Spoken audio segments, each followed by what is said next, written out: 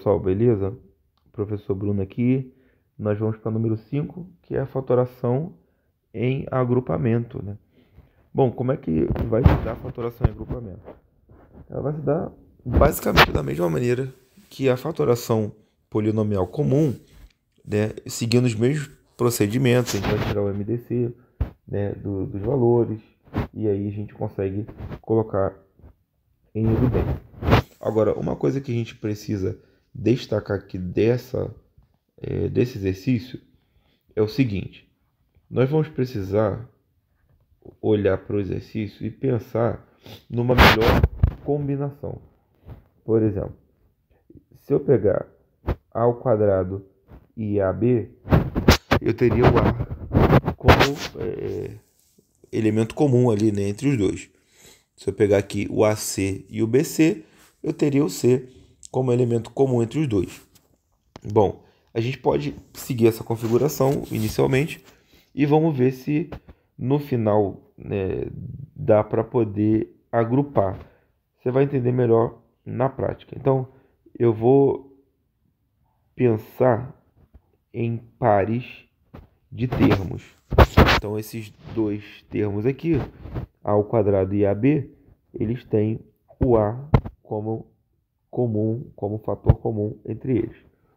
O resultado disso aqui seria a mais b. Perceba que se eu fizesse a vezes a, ele volta a ser o a ao quadrado, né, que está aqui em cima. Se eu fizesse a vezes a, ele volta a ser o a ao quadrado. Se eu fizer a vezes b, ele volta a ser o b ao quadrado. Perdão, o ab. Bom, eu vou pensar no outro lado também.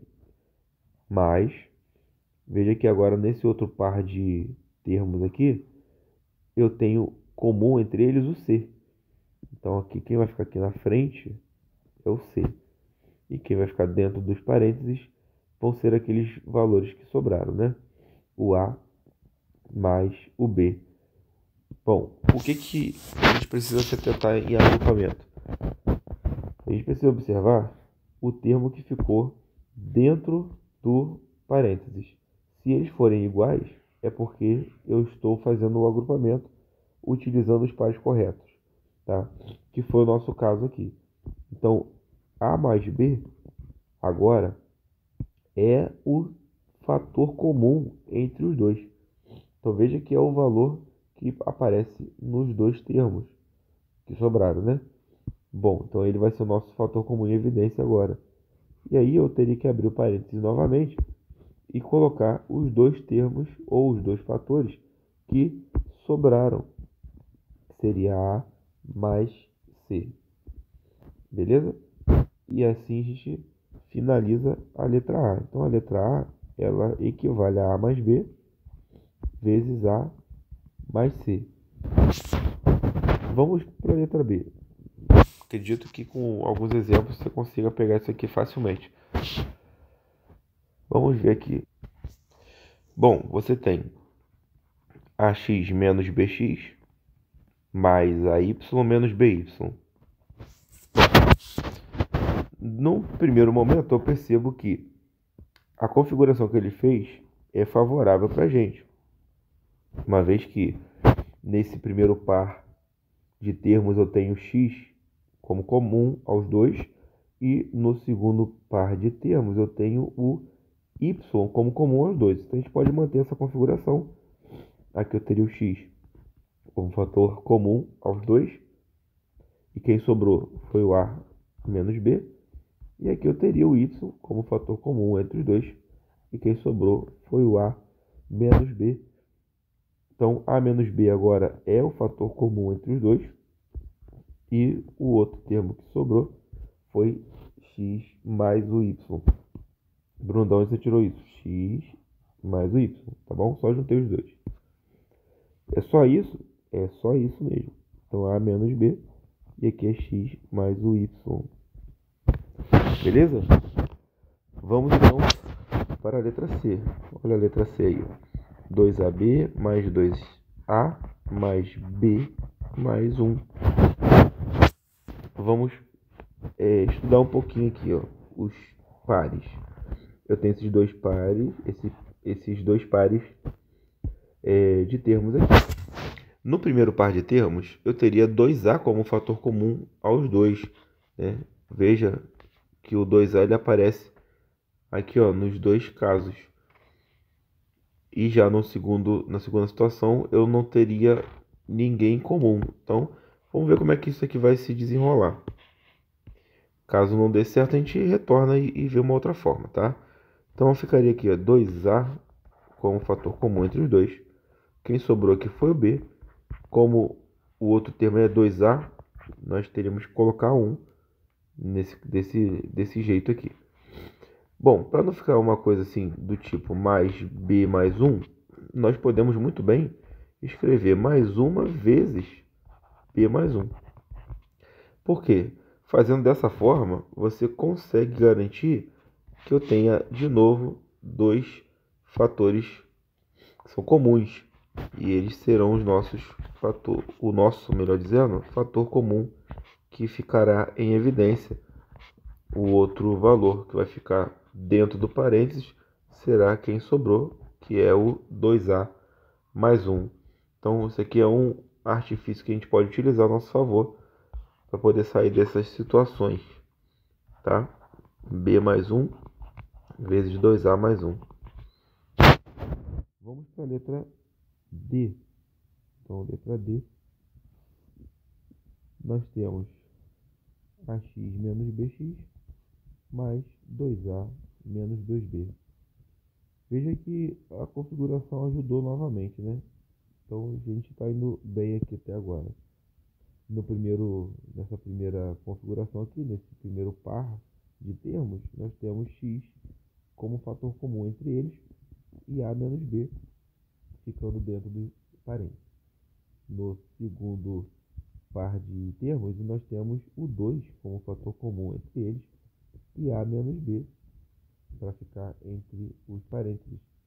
Agora, nós teríamos a menos b como fator comum e o x mais 2 sendo os valores que restaram aqui, ó, x mais 2. Beleza? Então, a menos b e x mais 2 seria a nossa resposta.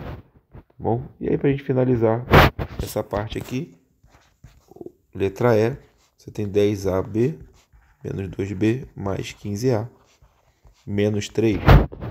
Bom, o que a gente pode fazer?